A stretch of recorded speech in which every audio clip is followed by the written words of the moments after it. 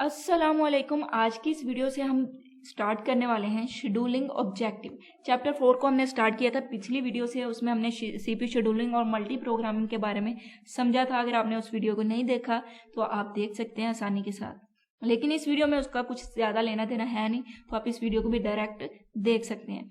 अब हम देखेंगे शेड्यूलिंग ऑब्जेक्टिव क्या है। पिछली वीडियो में हमने सीपीयू शेड्यूलिंग के बारे में पढ़ा था कि सीपीयू को डिवाइड कर देना उसके टाइम को, ताकि वो मुख्तलिफ प्रोसेसेस को एग्जीक्यूट कर सके ज़्यादा से ज़्यादा, ताकि सीपीयू की यूटिलाइजेशन ज़्यादा से ज़्यादा रह सके। तो यहाँ पर हम देखेंगे कि शेड्यूलिंग, हमने जो शेड्यूल करना है सीपीयू को, उसके ऑब्जेक्टिव क्या होने चाहिए। तो सबसे पहले सीपीयू की यूटिलाइजेशन ज़्यादा से ज़्यादा होनी चाहिए। यूटिलाइजेशन का क्या मतलब था? यूटिलाइजेशन का मतलब था कि सीपीयू ज़्यादा से ज़्यादा काम में बिजी रहना चाहिए, एग्जीक्यूशन में बिजी रहना चाहिए, फारग बिल्कुल भी नहीं रहना चाहिए। ठीक हो गया। जहाँ तक पॉसिबल हो उसको एग्जीक्यूशन के लिए कोई ना कोई प्रोसेस देना चाहिए। इसके बाद maximise utilisation of other resources. अब जो दूसरे रिसोर्सेज हैं उनकी भी यूटिलाइजेशन ज़्यादा से ज़्यादा होनी चाहिए, जैसे कि डिस्क है, प्रिंटर है, जिसको ज़रूरत है उसके लिए ये अवेलेबल हो और काम करते रहें। इसी तरह अगर हम बात करें थ्रूपुट की, तो थ्रूपुट का मतलब है number of job complete per unit time, यानी एक टाइम में कितने नंबर ऑफ जॉब्स कंप्लीट होती हैं। तो ज़्यादा से ज़्यादा जॉब्स कंप्लीट होनी चाहिए, इसका मतलब है थ्रूपुट ज़्यादा होनी चाहिए। इसी तरह अब जो वेट है, वेट करना तो किसी को भी नहीं पसंद होता, तो इसी तरह जो शेड्यूलिंग है उसमें भी वेट कम करवाना चाहिए। प्रोसेसेस के जिन्होंने अपनी एग्जीक्यूशन करवानी है उनके लिए टाइम जो है, वेटिंग टाइम, वो कम होना चाहिए। तो minimise waiting time. Waiting time है क्या उसको समझ लेते हैं। Total time a job spend waiting in the various queues for a resource to become available. अब इस रिसोर्स से मुराद सिर्फ डिस्क प्रिंटर नहीं है, बल्कि सीपीयू भी है। सीपीयू भी एक रिसोर्स होता है। तो एक रिसोर्स के अवेलेबल होने तक जो टाइम उसने स्पेंड किया मुख्तलिफ क्यूज के दरमियान वेट करने के लिए, उसको हम वेटिंग टाइम बोलेंगे। तो इसको कम से कम होना चाहिए, जल्दी से रिसोर्स मिल जाना चाहिए। उसके बाद हम बात करेंगे मिनिमाइज टर्न अराउंड टाइम।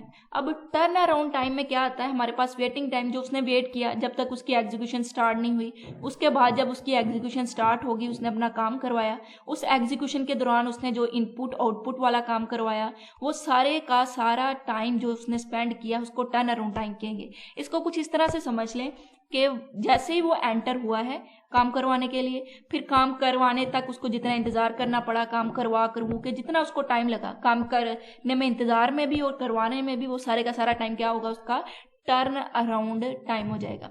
इसके बाद हमारे पास मिनिमाइज रिस्पॉन्स टाइम होना चाहिए। उसका जो रिस्पॉन्स टाइम है वो क्या होना चाहिए, मिनिमाइज होना चाहिए। अब रिस्पॉन्स टाइम क्या है इसको पहले समझ ले। Time for entry of a command until first output start to appear.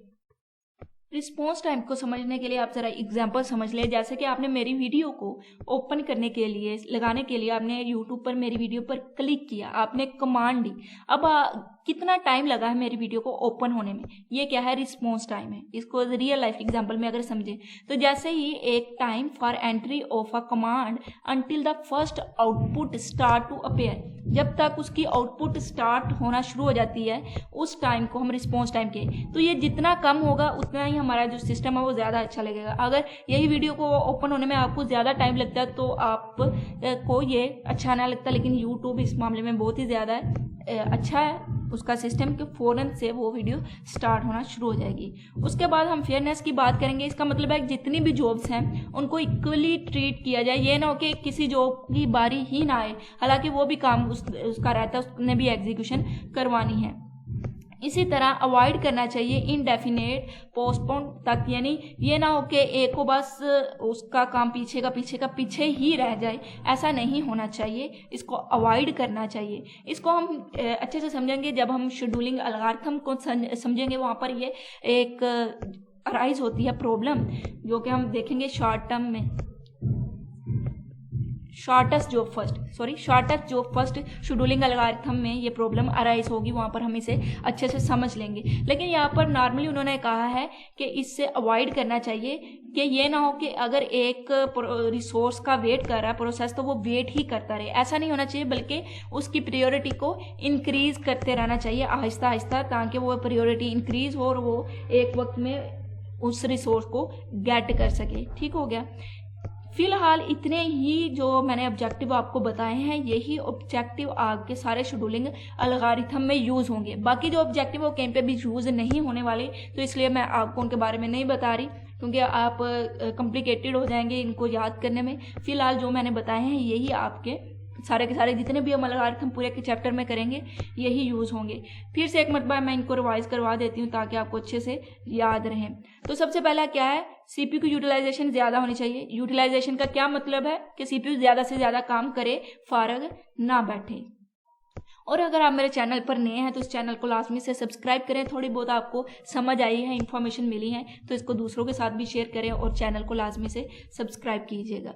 और maximise utilisation of other resource, दूसरे सोर्स भी ज़्यादा से ज़्यादा यूटिलाइज होने चाहिए, ये ना रहे वो भी फारग ही रहते रहें।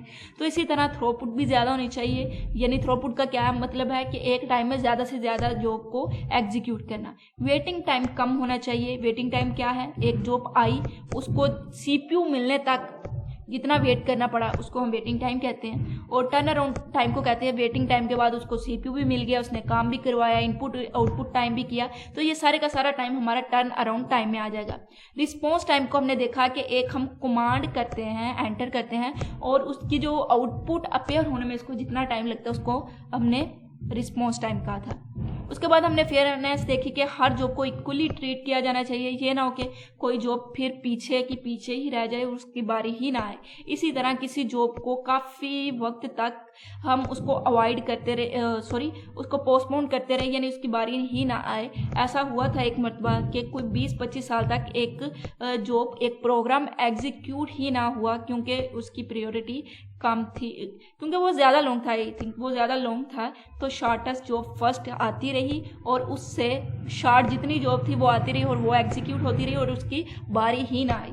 तो इस तरह की प्रॉब्लम को अवॉइड करना चाहिए। ठीक हो गया, ये हम समझेंगे जब हम एक एक करके शेड्यूलिंग एल्गोरिथम को समझेंगे। तो इंशाल्लाह अगली वीडियो में हम अगले टॉपिक को डिस्कस करेंगे। तब तक के लिए अल्लाह हाफिज़। अगर आपको समझ आई है तो चैनल को लाजमी से सब्सक्राइब कीजिएगा।